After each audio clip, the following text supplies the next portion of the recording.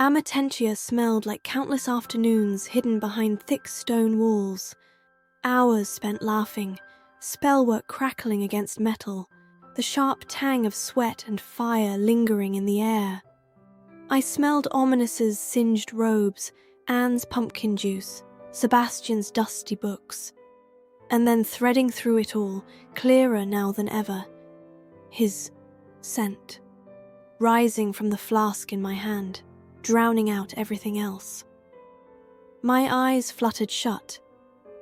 Suddenly, I wasn't in the potions classroom anymore. I was back in the common room. Back to that Saturday when Ominous had taken my hand, guiding me into his world. Memories tumbled forward, his ink-stained fingers brushing mine, the warmth of his breath, the sweetness of his hair. Not untouchable, just Sleezeazys' hair potion. And how was I supposed to recognize that here? How was I supposed to separate these dungeon walls from the undercrofts?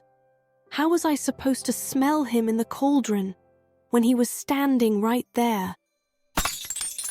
The sound of breaking glass yanked me back. Nina, are you all right? I blinked. The spirals of Amortentia faded as Ominous moved toward me, fast. My heart lurched at the crunch of glass beneath his shoes. The flask. I dropped it. Did the potion burn you? Did you get cut? His hands were on me before I could answer, skimming over my arms in quick, searching movements. He caught my wrists, turned them upward, and traced his fingers over my palms, light but thorough. No burns, no cuts, he murmured, relief softening his tone. Still, his fingers lingered a moment longer before letting me go. I was too dazed to speak, too caught in the warmth of his touch, too aware of the way he had moved without hesitation. And then it hit me.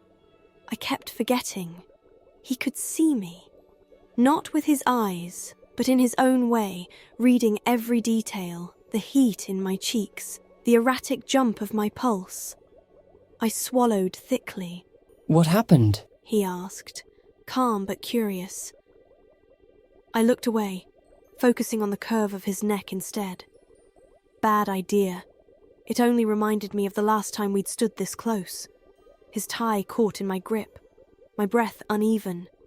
It's nothing, I whispered, the lie scraping against my throat. I just realized something. His head tilted, patient. A small smile ghosted across his lips.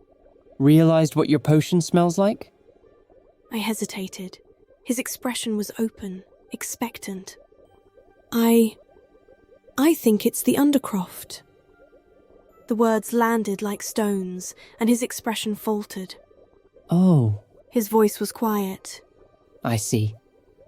The disappointment was unmistakable. My stomach plummeted. Sorry, I blurted. Don't be. Ominous replied softly. You only answered what I asked. And what kind of friend would I be if I wasn't happy for you? Friend. The word stung like a slap. His smile lingered but changed, tucked into the corners of his mouth. Happy for me? I echoed. He shook his head slightly. For both of you. I know Sebastian has liked you for some time. I'm glad to hear you feel the same. Wait.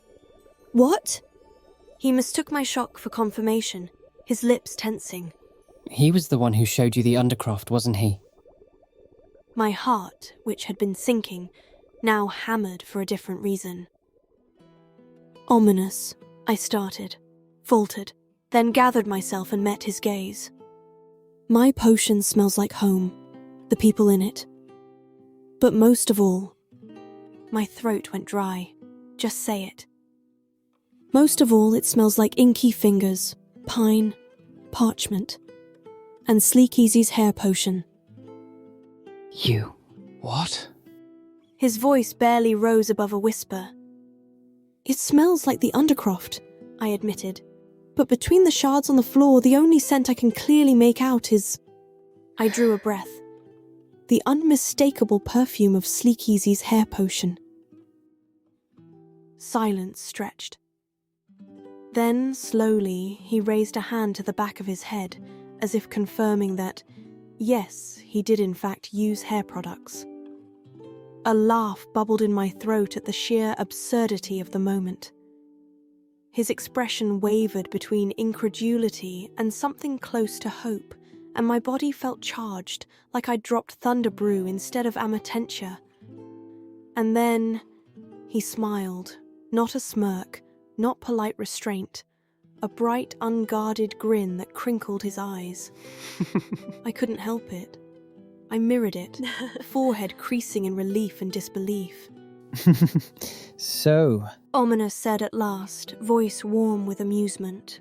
the secret of how I keep my hair this smooth is out? His smile lurched into a chuckle. I laughed breathlessly. It was never a secret to begin with. He bent slightly, clutching his side. Sebastian was right. I'm an idiot. He gasped between chuckles, wiping a tear from the corner of his eye. I grinned.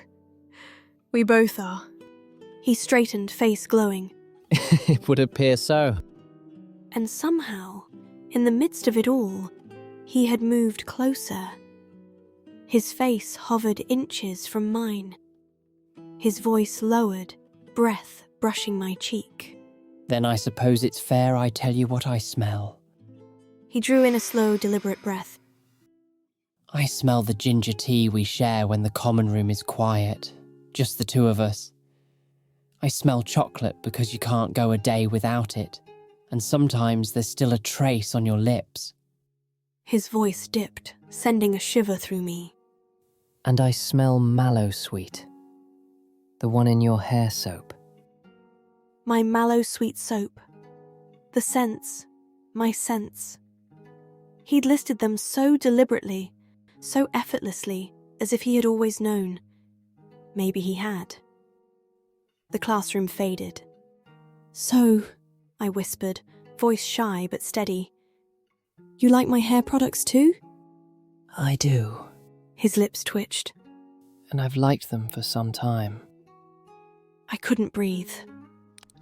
Glass crunched beneath our feet. I wasn't sure who moved first.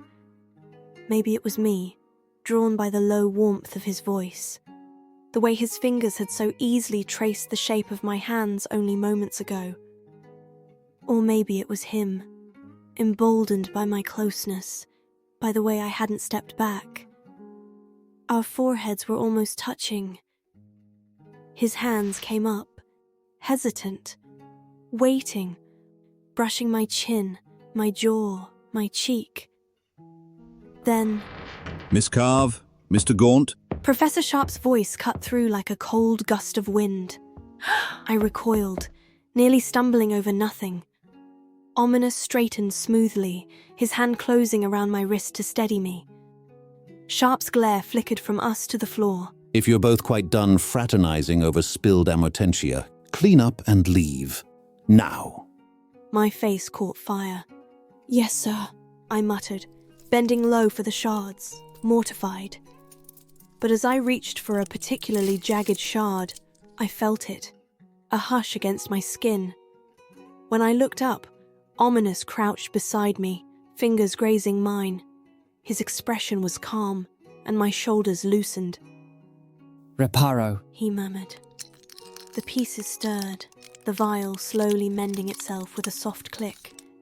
But it was empty now, its contents spilled, gone. But the scent lingered, and Ominous was still there, kneeling before me.